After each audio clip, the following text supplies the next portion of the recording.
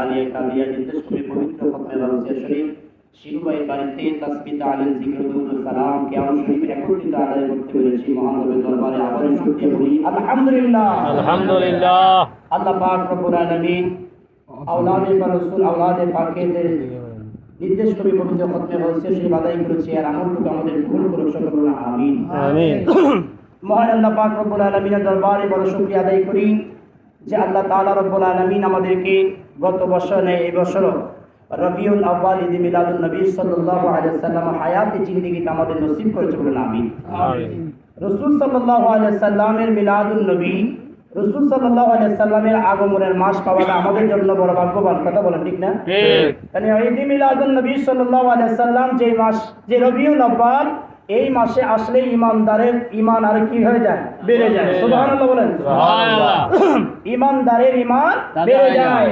তো আমরা গত বছর পেয়েছি, এর মধ্যে অনেক ভাই সুন্নি ভাই আহলে সুন্নাত ওয়াল জামাতের কর্মী দুনিয়া ছেড়ে অন্ধকার কবরে, কথা বলেন ঠিক না? আর আল্লাহ তাআলা আমাদের নসিবে রেখেছে পবিত্র ঈদ মিলাদুন নবী সাল্লাল্লাহু আলাইহি ওয়াসাল্লাম শেষ জামানায়, যখনই এই সময় রাসূল আকরাম সাল্লাল্লাহু আলাইহি ওয়াসাল্লাম, যিনি হলেন হায়াতুন নবী, যিনি হলেন জিন্দা নবী, যিনি হলেন কুল কায়নাতের নবী, যিনি হলেন হাশর ময়দানের সুপারিশকারী, শাফায়াতে কুবরার অধিকারী, যিনাকে লা মাকাম আরশে আজিমের চেয়েও যেখানে শুয়ে আছেন জান্নাতের বাগান, সুবহানাল্লাহ বলেন। সুবহানাল্লাহ। সে রাসূল আকরাম সাল্লাল্লাহু আলাইহি ওয়াসাল্লামের ঈদ মিলাদুন নবী করার সুযোগ, ঈদ মিলাদুন নবী যে মাসে আসে, একজন রাসূল সাল্লাল্লাহু আলাইহি ওয়াসাল্লামের ঈদ মিলাদুন নবী পালন করে আরেকজন রাসূল সাল্লাল্লাহু আলাইহি ওয়াসাল্লামের সিরাতুন নবী পালন করে। সুবহানাল্লাহ বলেন না? সিরাত তো ঠিক আছে, মিলাদ তো ঠিক আছে, কিন্তু প্রশ্ন হলো এই মাসটা কি সিরাতের মাস না মিলাদের মাস? সিরাত তো পুরো বছর ধরেই সিরাত, কথা বলেন ঠিক না? মিলাদ ছাড়া সিরাত হয় না, আর মিলাদ ছাড়া সিরাতের কোনো মূল্য থাকে না। তো মিলাদ যে মাসে, এই মাসে সিরাতও থাকতে হবে, এটা ঠিক, কিন্তু সিরাত যখন এই মাসে থাকবে, সিরাত তো 12 মাসেই থাকতে হবে। আর মিলাদ শুধু এক মাস, কথা বলেন ঠিক কিনা? মিলাদের শুধু এক মাস। তো আল্লাহ তাআলা আমাদেরকে মিলাদ, যেটা সিরাত শুরু হয়েছে মিলাদ দিয়ে, এই মিলাদুন নবী সাল্লাল্লাহু আলাইহি সাল্লাম পালন করার সুযোগ করে দিয়েছেন, বলুন সুবহানাল্লাহ। আল্লাহ তাআলা রব্বুল আলামিন আমাদেরকে বড় ইহসান করেছে, মায়া করেছে যে আল্লাহ তাআলা আমরা দরখাস্ত, বিনা দরখাস্ত ছাড়া আখিরি নবীর উম্মত হতে পেরেছি। সুবহানাল্লাহ। এটার চাইতে আর বড় আর কিছুই হতে পারে না, কথা বলেন ঠিক কিনা? নবী আলাইহিস সালাম, নবী রাসূলরা দরখাস্ত করেছিলেন, শুধু ঈসা রুহুল্লাহ ঈসা নবী আলাইহিস সালামের দরখাস্ত কবুল করেছেন, যিনি শেষ জামানায় উম্মত হয়ে দুনিয়াতে আসবেন। সুবহানাল্লাহ। আল্লাহর হাবিব সাল্লাল্লাহু আলাইহি সাল্লাম প্রথম থেকে নবী আদম আলাইহিস সালাম থেকে শুরু করে ঈসা আলাইহিস সালাম পর্যন্ত আমার নবী আসবেন, আমার নবী আসবেন, শেষ জামানার নবী, খাতামুন নবীয়িন। শুধু কোরআনে শুধু লিপিবদ্ধ নয়, প্রত্যেক নবী রাসূল নবী আলাইহিস সালামের উম্মতের কাছে নবীগণ ওনার উম্মতের কাছে আমার নবীর মিলাদের আলোচনা করেছিলেন। সুবহানাল্লাহ। সেই নবীর উম্মত আমরা। আল্লাহ পাক রব্বুল আলামিন সেই নবী কাল হাসর ময়দানে আমাদেরকে সুপারিশ করা রাসূল আকরাম সাল্লাল্লাহু আলাইহি সাল্লাম আমাদের নসিব করুক, সকলে বলুন না আমিন। আমিন। প্যারা হাজিরিন, আসলে মূলত হলো রাসূল আকরাম সাল্লাল্লাহু আলাইহি সাল্লামের সারা জিন্দেগি বছর যদি হয়ে যায়, কিয়ামতের আগ পর্যন্ত আমার নবী সাল্লাল্লাহু আলাইহি সাল্লামের শান এবং মান ইজ্জতের বর্ণনা করে শেষ করা যাবে না। আজ আমরা এখানে যারা বসেছি, রাসূল আকরাম সাল্লাল্লাহু আলাইহি সাল্লাম তিনি হলেন ওই নবী।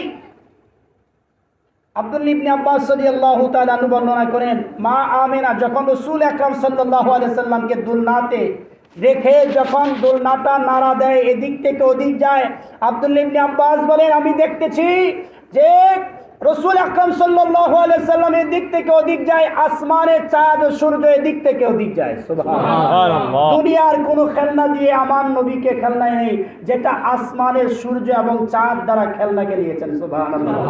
আমরা সেই নবীর উম্মত, আর সেই নবীর উম্মত হতে আমরা জুলুস করেছি। সুবহানাল্লাহ বলেন না? আল্লাহ তাআলা কবুল করুক, আমিন বলেন। আমিন। আমরা দুনিয়া থেকে চলে যাওয়ার পরে কবর থেকে তারপরে কোথায় উঠাবে? হাসরে। হাসর ময়দানে 50,000 বছর দাঁড়িয়ে থাকতে হবে। আলেম ওলামার কাছে ওয়াজ নসিহতে সকল জায়গায় ময়দানে শুনি, কথা বলেন ঠিক না? হাসর ময়দানে দাঁড়িয়ে থাকার পরে বিচার শুরু হবে। কি শুরু হবে? বিচার শুরু হবে। তো বিচার শুরু হবে, এই বিচারে কেন দাঁড়িয়ে থাকতে হবে? এটা হলো সাধারণ মানুষ যখন মনে করেন কোনো কিছু কোনো কিছু প্রশ্নের সম্মুখীন হলে কিছু প্রশ্ন করে, তা আমার প্রশ্ন আপনাদের কাছে, হাসরের ময়দানে 50,000 বছর কেন দাঁড়িয়ে থাকতে হবে? কেন? দুনিয়া থেকে বিচার শুরু হবে। জিন্দিগি দুনিয়াতে আপনি যা করেছেন, ভালো করেছেন, খারাপ করেছেন, কেরামন কাতিবিন দেখেছেন, এখানে লিপিবদ্ধ করেছে। আপনার দুনিয়াতে কর্মর ফল হাসরের ময়দানে বিচার হবে। কথা বলেন ঠিক না? এটাই তো হিসাব।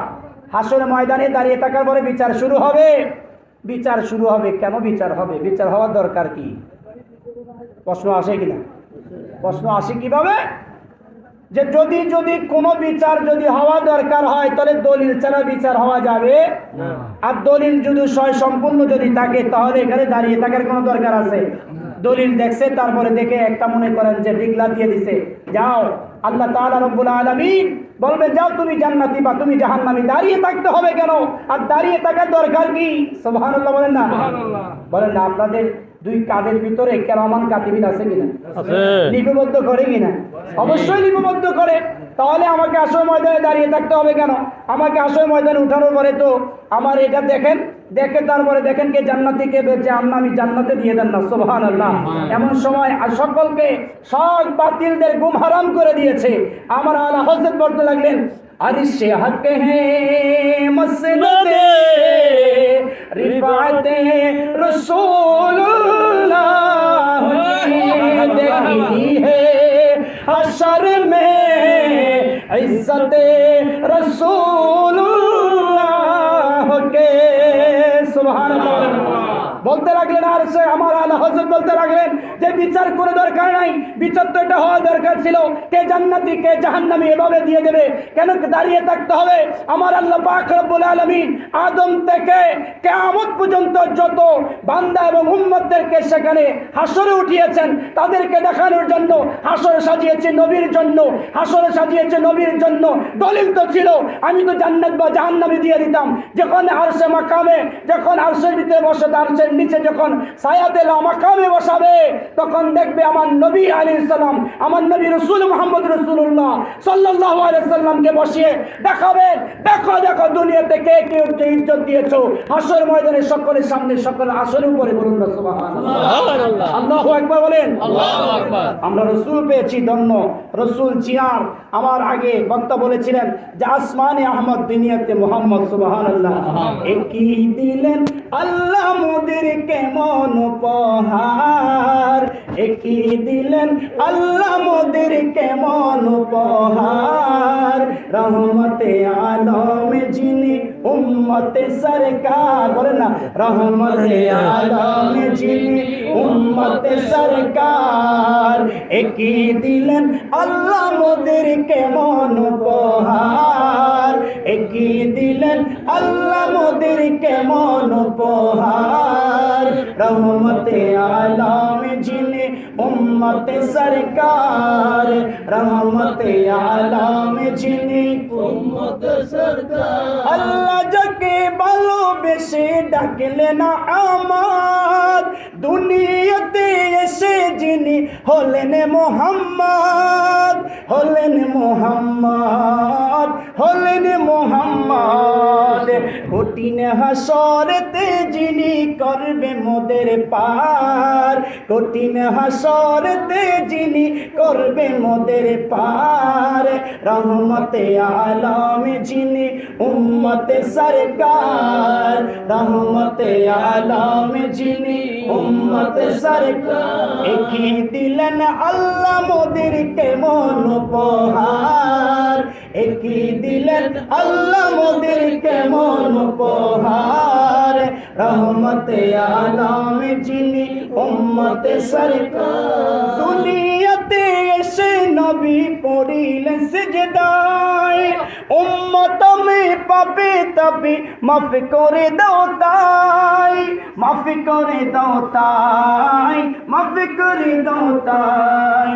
রব্বি হাবলি উম্মতি বলেন বারে বারে, রব্বি হাবলি উম্মতি বলেন বারে বারে।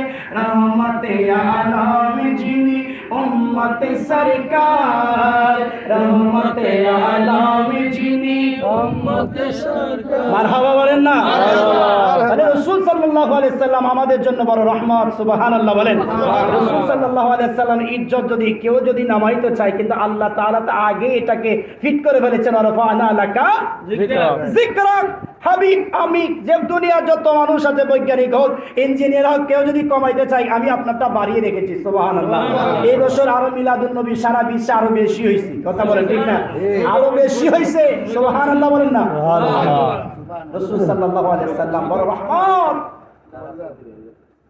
আমার নবী দুনিয়াতে তাশরীফ এনেছেন বিশাল মিলাদুন নবীর আলোচনা রাসূল সাল্লাল্লাহু আলাইহি সাল্লাম আলোচনা অনেক আলোচনা যখন মা হালিমা রাদিয়াল্লাহু তাআলা আনহা ওই মরু অঞ্চল থেকে মরু অঞ্চলের মানুষের একটা এই কথা বলে শেষ করি খুব গুরুত্বপূর্ণ একটা কথা এগুলো আমাদের আকীদা ঈমান বৃদ্ধি হবে রাসূল সাল্লাল্লাহু আলাইহি সাল্লামের জীবদ্দশায় মিলাদুন নবীর আলোচনা সিরাতুন নবীর আলোচনা এগুলো আমাদের জন্য জানা এবং মানা অনুসরণই আমাদের ঈমান বাড়ে কথা বলেন ঠিক না এটা আমাদের ঈমান বাড়ে যতক্ষণ মনোযোগ দিব ততক্ষণ পর্যন্ত আপনি রাসূলের অনুসরণ করতে পারবেন যদি আপনি মনোযোগ যদি না থাকে তাহলে আপনি অনুসরণ করার সুযোগ হবে এই কারণে মনোযোগ দিতে হবে মরু অঞ্চলের মানুষের তাদের জীবিকা আহরণের একটা উদ্যোগ ছিল যে তারা বিভিন্ন গোত্রে যায় বিভিন্ন দেশে যায় এলাকা থেকে তারা সন্তান আনতো তারা দুধ পান করাইতো এর বিনিময় যা পাইতো সেটা দিয়ে তাদের সংসার চলতো সুবহানাল্লাহ বলেন না মা হালিমাতুস সাদিয়া রাদিয়াল্লাহু তাআলা আনহা উনি গরীব ছিলেন তার ঘরে অনেক অভাব ছিলেন একটা সন্তান ছিল তার স্বামী এবং বিবি সহ এই সংসারে এত অভাব একজন থাকার পরেও অভাব আল্লাহু আকবার বলেন আল্লাহু আকবার হালিমাতুস সাদিয়া রাদিয়াল্লাহু তাআলা আনহা সহ এবং মরু অঞ্চলের আরো সতী সঙ্গিনী ওনারা কোথায় যাবেন মক্কা সফরে যাবেন মক্কা থেকে সন্তান আনবেন নতুন করে তারা যাবে আনবে তারপরে জীবিকা আহরণ করবে দুধ পান করাইলে তো মা হালিমাতুস সাদিয়া রাদিয়াল্লাহু তাআলা আনহার সঙ্গী আরো অনেকে একসাথে তারা রওনা দিলেন সুবহানাল্লাহ বলেন না প্রত্যেকের আরোহণ তাদের উটগুলাকে তাদের সবল ছিল শক্তিশালী ছিল কিন্তু হালিমাতুস সাদিয়া রাদিয়াল্লাহু তাআলা আনহার যে উট সেটা এতই দুর্বল এটা দুইজন লওয়া অসম্ভব হয়ে যায় ওনারা এটা দিয়ে আস্তে আস্তে করে যাচ্ছে আর তারা তো আগে দ্রুত গতিতে মক্কায় পৌঁছে গিয়েছে বলেন সুবহানাল্লাহ হালিমাতুস সাদিয়া রাদিয়াল্লাহু তাআলা আনহা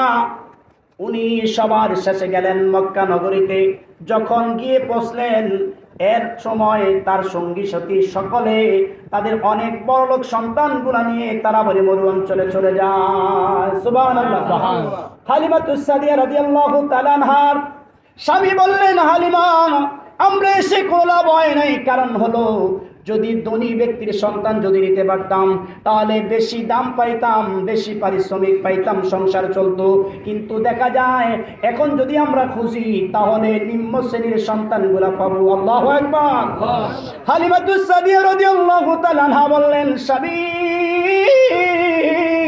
ও স্বামী শোনো যখন এসেছি তখন কোনো না কোনো সন্তান নিব সুবহানাল্লাহ বলেন না গল্লি দিয়ে গেলেন এমন সময় জানতে পাইলেন অমুক ঘরে একটা সন্তান আছে সুবহানাল্লাহ বলেন ঘরে গেলেন ঘরে যাওয়ার পরে বললেন আপনাদের সন্তান আছে বলে হ্যাঁ আপনারা কি দুধ পান করাইবেন বলে হ্যাঁ করাবো বলে তার কি বাবা আছে বলে না সুবহানাল্লাহ বলেন তার সব কিছু তো জিজ্ঞাসা করতে হবে যে বাবা আছে কিনা তার পরিবারে কে আছে জিজ্ঞাসা করলেন বলতে বাবা নাই দাদা আছে দাদা বলে তো দাদাই কতটুকু বলে বাবার যতটুকু গুরুত্ব থাকবে দাদার কি গুরুত্ব আছে নাকি তখন স্বামী বললেন একটু বাহিনী আনলেন স্বামী বাইরে আনলো বললেন দেখুন তুমি যে এখন যদি তার বাবা নাই দাদা আছে কতটুকু পারিশ্রমিক দিবে আবারই গরিব নেওয়া যাবে না হালিমাতুস সাদিয়া রাদিয়াল্লাহু তাআলা আনহা বললেন না এই সন্তান ছাড়া তো আমি যেতে পারবো না সুবহানাল্লাহ বলেন না হালিমাতুস সাদিয়া রাদিয়াল্লাহু তাআলা আনহা বললেন এই স্বামী শোনো শোনো আমি যখন অনেক ঘুরেছি এই ঘরে যখন আসলাম আসার পরে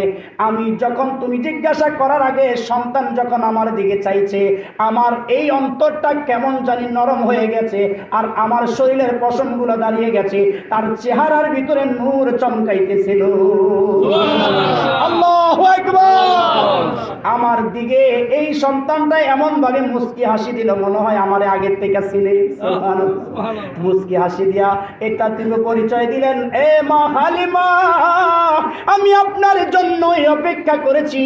আমি রাহমাতাল লিল আলামিন আপনার ঘরে যাব, আর আপনার রিজিক বেড়ে যাবে, রহমত বেড়ে যাবে, আপনার অভাব দূর হয়ে যাবে, আপনি ভাগ্যবান হয়ে যাবেন। সুবহানাল্লাহ। রাহমাতাল লিল আলামিন নবী যার কাছে গেছে সে ভাগ্যবান হয়ে গেছে, যেই দেশে গেছে সে রিজিক বের হয়ে গেছে। সুবহানাল্লাহ বলেন না? হালিমাতুস সাদিয়া রাদিয়াল্লাহু তাআলা না স্বামীর সাথে কথাবার্তা বলে, আমি এই সন্তানকে নেব। যখন বললেন হ্যাঁ হ্যাঁ ঠিক আছে তুমি যা বলো, তখন বললেন হাসি খুশি সন্তানকে নিলেন।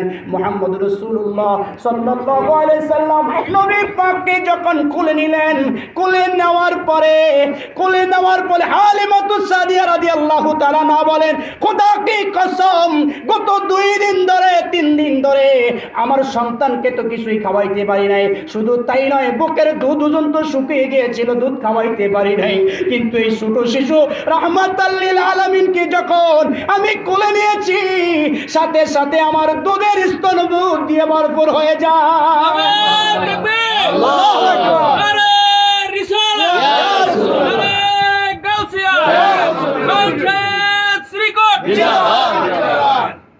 তোরা দেখে যা আমেনা মায়ের কোলে, তোরা দেখে যা আমেনা মায়ের কোলে, মধু পূর্ণিমারি সেটা চাঁদু দুলে, মধু পূর্ণিমারি সেটা চাঁদু দুলে, যেন উষার কোলে রঙ রবি দুলে, তোরা দেখে যা আমেনা মায়ের কোলে, তোরা দেখে যা আমেনা মায়ের কোলে। সুবহানাল্লাহ বলেন।